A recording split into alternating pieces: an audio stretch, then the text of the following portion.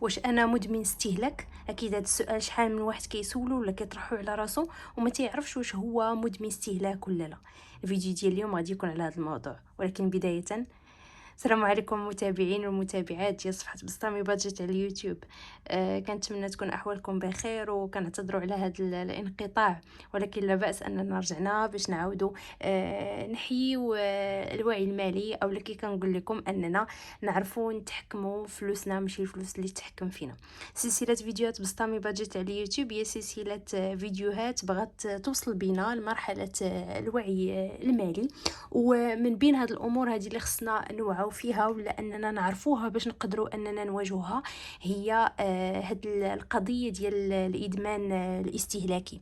اولا بعدا من تنقولوا الادمان الاستهلاكي كنقصدوا الناس اللي ربما غير كيشري غير كيستهلكوا فلوسهم تيخسروهم على اساس انه اي مدخول جا راه هو المفروض على هذاك المدخول انه يمشي او لا يتستهلك في شي حوايج تحت مسمى انه الانسان ما تيبخلش على راسو او اللي حل عليها في راه تيلقاها، لدرجه ان هاد العمليه ديال انه الانسان يبقى غير كيشري. حنا دابا الفكره ماشي انه الانسان حنا ضد انه يشري الانسان، ولكن يشري الحاجه اللي محتاجها مزيان، ولكن ماشي يبقى غير انه كيشري او لا كيضيع فلوسه في شي حوايج ربما هو ما كيحتاجهاش ولا كيشريها وكيحطها على جنب.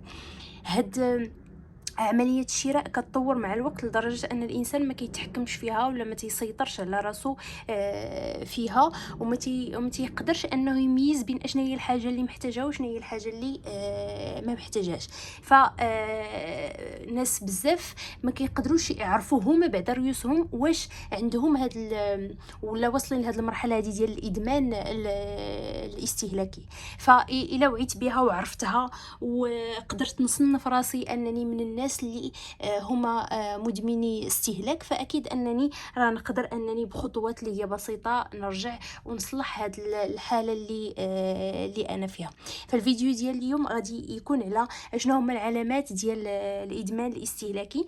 غنعطيكم بعض الاسئله اللي الا جاوبتوا عليها في واحد العدد معين بنعم غتعرفوا ريوسكم واش نتوما مدمنين استهلاك او لا يلاه بديتوا في هذه العمليه ديال الادمان، او لا يمكن ما عندكمش نهائيا، ماشي نهائيا ولكن ما كاينش ما وصلتوش لهذه المرحله ديال الادمان الاستهلاكي.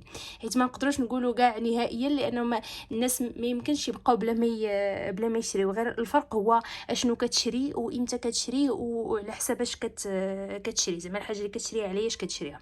فاول حاجه من علامات الادمان الاستهلاكي هي زعما السؤال الاول اللي خصك تطرحه هو واش اي حاجه كتشريها بلا تخطيط. اولا بعدا انا نعطيكم واحد المجموعه ديال الاسئله، واحد 7 ديال الاسئله.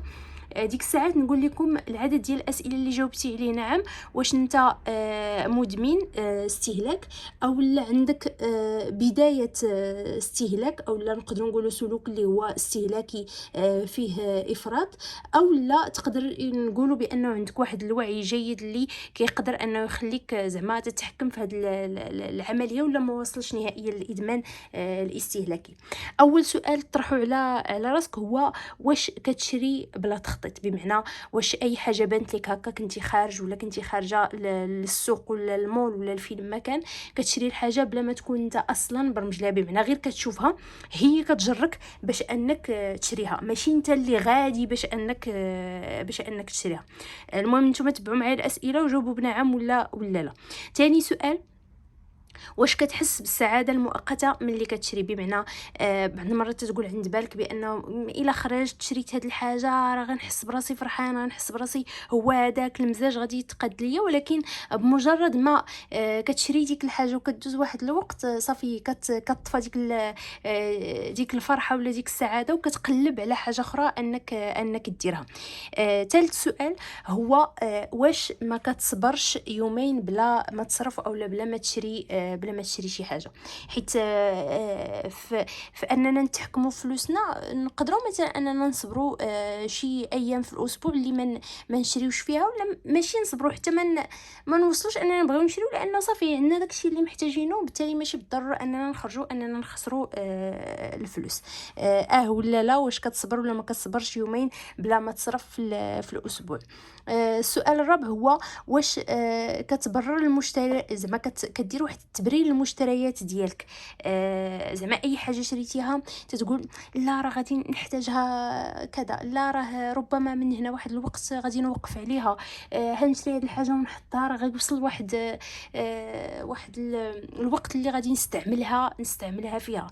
ماشي كتشريها حيت انت واقف عليها هذيك الساعات، ولا انك محتاج هذيك الساعات، كتشريها وكتخطط لها شي حاجه للقدام اللي ربما مع الوقت ما غاديش تكون. ورجعوا شحال من حاجه قلتوا بانكم بغيتوا تشريوها حيت غادي تحتاجوها مستقبلا، وفي التالي كتلقاوها محطوطه على جنب وما استعملتوهاش، او لا ما حللتوش فلوسها كي كنقولوا بالدارجه. السؤال الاخر هو واش ما عندكش ميزانيه؟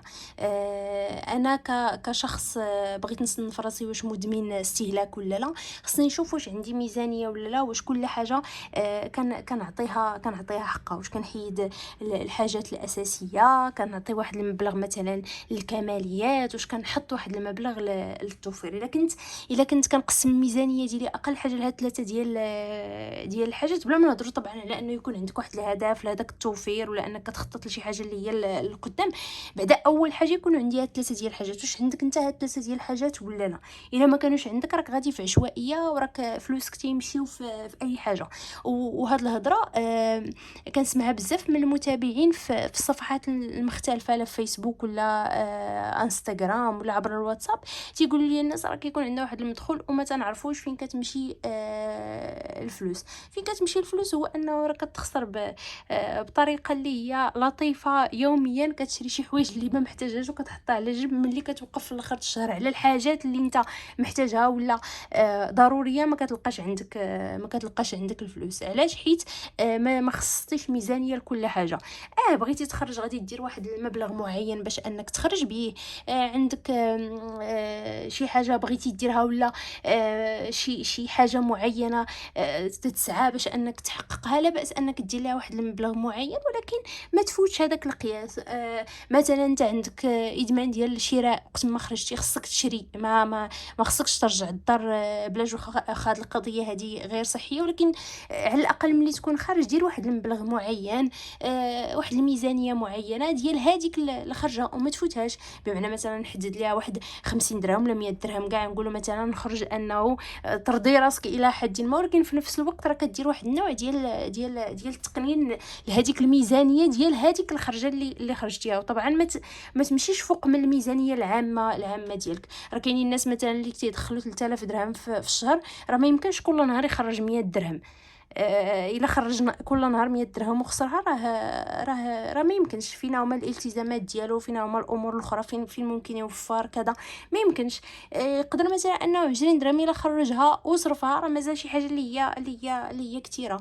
انت المدخول ديالك 10000 درهم، ولا قدرتي انك كل نهار تخرج 100 درهم تصرفها، عاوتاني حتى هذيك راه عليها ملاحظه. المهم كل واحد على حسب المدخول ديالو وشحال ممكن انه يصرف هذيك القضيه. ولكن نعاودوا نرجعوا لانه خص بعدا اولا تكون عندي ميزانيه باش نقدر انني نتحكم في داك الاستهلاك، ولا في داك انني غير كنشري الحاجات. السؤال الاخر هو واش انت ولا انتي من الناس اللي كيقللوا من قيمه المشتريات ديالهم قدام الناس؟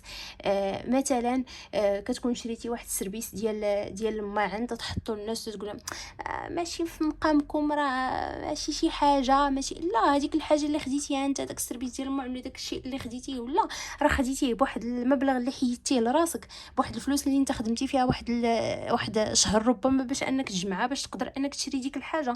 ما تقللش من اي حاجه شريتيها. الا كنتي كتقلل راه ماشي راك غادي في طريق الناس اللي كيستهلكوا بطريقه اللي هي ماشي ماشي صحيه. اخر سؤال هو واش كتسلف او لا كتشري الحاجات ديالك بالكريدي. الا كنتي من الناس اللي كيتسلفوا طبعا راه ما كيعرفوش انهم ينظموا الميزانيه ديالهم، وبالتالي راه كيشريو بعشوائيه وبزاف ديال الحاجات خاطئه اللي كيديروها بالنسبه للصالير ديالهم ولا الفلوس ديالهم.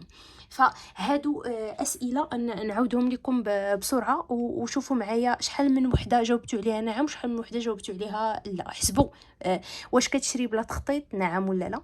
واش كتحس بالسعاده المؤقته، نعم ولا لا؟ واش ما كتصبرش يومين بلا ما تصرف، نعم ولا لا؟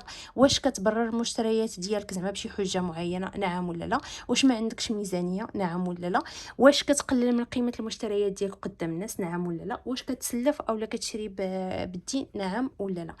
شوفوا معايا شحال من نعم. الا كان زعما هاد الاسئله هادو جاوبتي عليهم بين واحد وجوج، عندك واحد وجوج نعم، راه انت من الناس اللي عندهم واحد المستوى ديال الوعي جيد، ولكن خصك دائما تستمر في هذا الشيء بحذر، لانه هاد العمليه ديال الشراء تقدر تجرك في اي لحظه.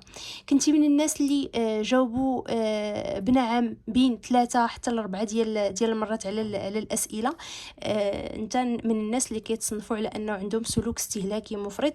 ضروري انك دير مراجعه للعادات ديالك، دير ميزانيه، تحاول تخلى على داك الشراء بدون تخطيط. المهم تحاول هاد 7 ديال الاسئله تغير فيهم الحاجه اللي هي صحيه. كان عندك اكثر من 5 ديال الاسئله جاوبتي عليها بنعم، فاسمح لي نقول لك بانه انت من مدمني الاستهلاك، وخصك تحدي علاجي مالي اللي يصحح لك الطريق ديالك في تنظيم الميزانيه او لا في المصروف ديالك.